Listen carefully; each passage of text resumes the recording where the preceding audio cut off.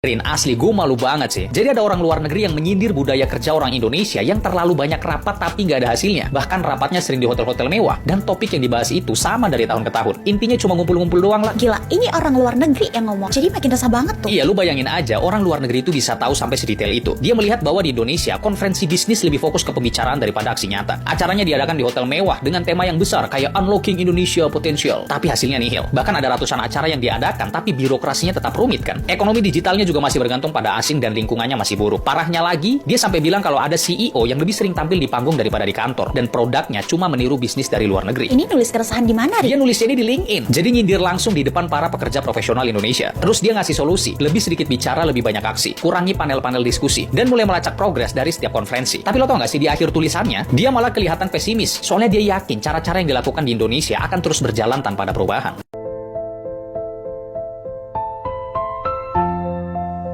Malaysia naik level, Indonesia masih sibuk debat hal gak penting. Gue beneran udah gak tahan. Ini berita yang bikin gue panas banget. Gimana gak kesel? Dari dulu, kita selalu dengar wacana soal Indonesia bakal jadi pusat teknologi, bakal jadi raja semikonduktor, bakal jadi kekuatan baru di dunia digital. Tapi, apa yang terjadi sekarang? Yang panen? Iya, Malaysia. Negara yang selama ini kita pikir biasa aja, sekarang udah jadi pusat kecerdasan buatan semikonduktor di Asia Tenggara. Lo kira siapa yang dapat investasi terbesar di sektor teknologi sekarang? Bukan Indonesia, tapi Malaysia. Nih, gue kasih fakta. Nvidia investasi lebih dari $4 billion di Malaysia buat bikin pusat kecerdasan buatan dan semikonduktor. Google bangun pusat data di Malaysia dengan nilai lebih dari $2 billion. Microsoft masuk dengan investasi $3 billion buat ngembangin teknologi awan dan kecerdasan buatan.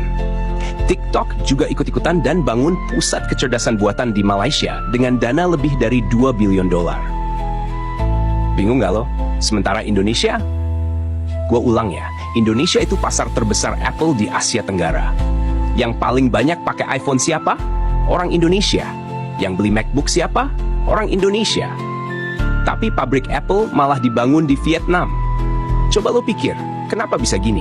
Padahal Indonesia punya populasi paling banyak di Asia Tenggara. Indonesia punya tenaga kerja murah. Indonesia punya sumber daya yang berlimpah.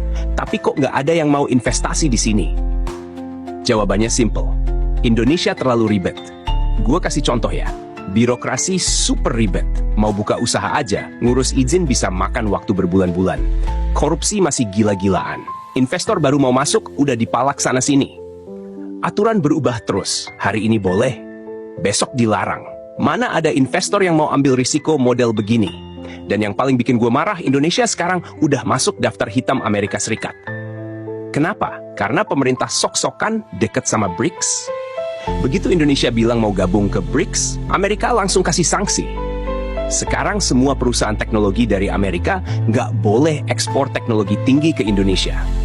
Bayangin, mau bikin industri semikonduktor tapi nggak bisa beli microchip dari Nvidia. Mau bangun pabrik elektronik tapi dilarang impor mesin dari ASML Belanda.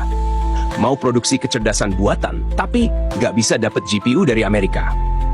Ya terus kita mau bikin industri teknologi dari mana? Dari cangkul. Sementara Malaysia, mereka diem-diem aja, nggak banyak omong. Langsung sikat semua investasi dari Amerika, China, dan Eropa.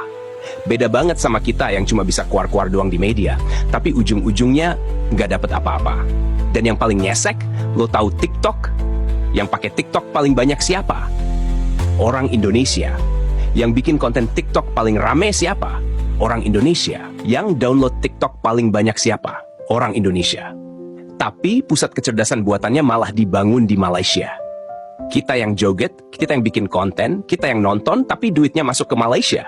Itu sakit gak sih? Gue kasih analogi biar lo makin paham. Lo pacaran, lo yang usaha, lo yang ngejar, lo yang bucin mati-matian. Terus pas nikah, doi malah kawin sama orang lain. Bisa bayangin sakitnya? Itulah yang terjadi sekarang. Indonesia cuma dijadiin pasar, tempat buang produk, tempat ngumpulin data. Duitnya larinya ke Malaysia. Terus yang paling bikin shock, Malaysia sekarang gabung sama Singapura buat bikin zona ekonomi khusus kecerdasan buatan di Johor.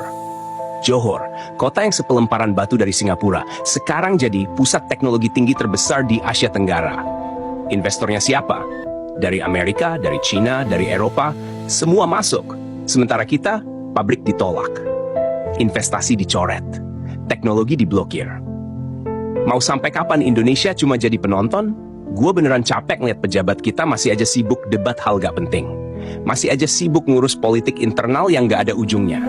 Masih aja ribut soal pemilu, soal kursi kekuasaan. Sementara negara lain udah jauh melesat. Malaysia sekarang udah jadi pusat kecerdasan buatan, pusat data, pusat teknologi. Vietnam udah jadi pabrik dunia buat elektronik. Singapura udah jadi kiblat finansial dan teknologi. Indonesia kapan? Atau jangan-jangan kita cuma bakal jadi buruhnya mereka? Ya udahlah, gue udah capek ngomel. Silakan kalian pikir sendiri, mau terus jadi pasar atau mulai mikir gimana caranya Indonesia bisa ikut bersaing. Atau kita cuma bakal jadi negara yang sibuk joget-joget doang di TikTok. Gue nggak tahu, lo pikir sendiri. Indonesia mau sampai kapan jadi negara kuli? Gue udah nggak habis pikir. Beneran nggak habis pikir. Dari dulu kita selalu dikasih mimpi-mimpi indah sama pemerintah. Indonesia bakal jadi macan Asia. Indonesia bakal jadi pusat teknologi dunia. Indonesia bakal menyaingi negara-negara maju. Tapi mana buktinya? Realitanya, Indonesia cuma jadi penonton. Lihat aja, Malaysia sekarang udah resmi jadi pusat kecerdasan buatan di Asia Tenggara. Bukan Vietnam, bukan Thailand, bukan Indonesia. Duitnya, $4 billion masuk dari Nvidia, $2 billion dari Google, $3 billion dari Microsoft, $2 billion dari TikTok. Gue nggak ngerti lagi, kenapa semua duit ini nggak masuk ke Indonesia? Jawabannya, karena investor butuh kepastian. Mereka butuh negara yang bisa ngasih stabilitas. Mereka butuh pemerintahan yang bisa kasih jaminan. Mereka butuh ekosistem bisnis yang jelas dan nggak ribet. Dan Indonesia, peraturan berubah-ubah, korupsi merajalela, birokrasi lambat dan penuh pungli, kebijakan pemerintah nggak konsisten. Makanya jangan heran kalau nggak ada yang mau masuk ke Indonesia. Sementara Malaysia, mereka diem-diem aja langsung sikat semua investasi. Dari Amerika, dari Cina, dari Eropa, dari mana-mana. Sekarang gue tanya, lo masih yakin Indonesia bakal jadi macan Asia? Macan dari mana? Jangankan macan, kucing kampung aja masih lebih galak daripada kita. Dunia udah berubah guys. Zaman sekarang, negara yang bisa nguasain teknologi tinggi yang bakal menang. Semikonduktor, kecerdasan buatan, data center, itu semua kunci masa depan. Dan Malaysia, mereka udah selangkah lebih maju. Lo pikir, kenapa mereka bikin zona ekonomi khusus kecerdasan buatan di Johor? Karena mereka paham, Singapura dan Malaysia kalau gabung bakal jadi pusat teknologi dunia. Mereka udah siap jadi pemimpin. Mereka udah punya ekosistem bisnis yang kuat. Mereka udah ada di jalur yang benar. Sementara kita masih sibuk ngurus hal yang nggak penting. Masih sibuk debat politik, masih sibuk ribut soal pemilu, masih sibuk bakar-bakaran bendera tetangga. Sementara negara lain udah sibuk bikin teknologi baru. Coba lo pikir, kalau kita terus kayak gini, Indonesia bakal jadi apa? Indonesia cuma bakal jadi negara kuli. Iya, kuli. Yang kerja di pabrik Malaysia. Orang Indonesia. Yang jadi buruh di Singapura. Yang jadi tenaga kerja murah di luar negeri.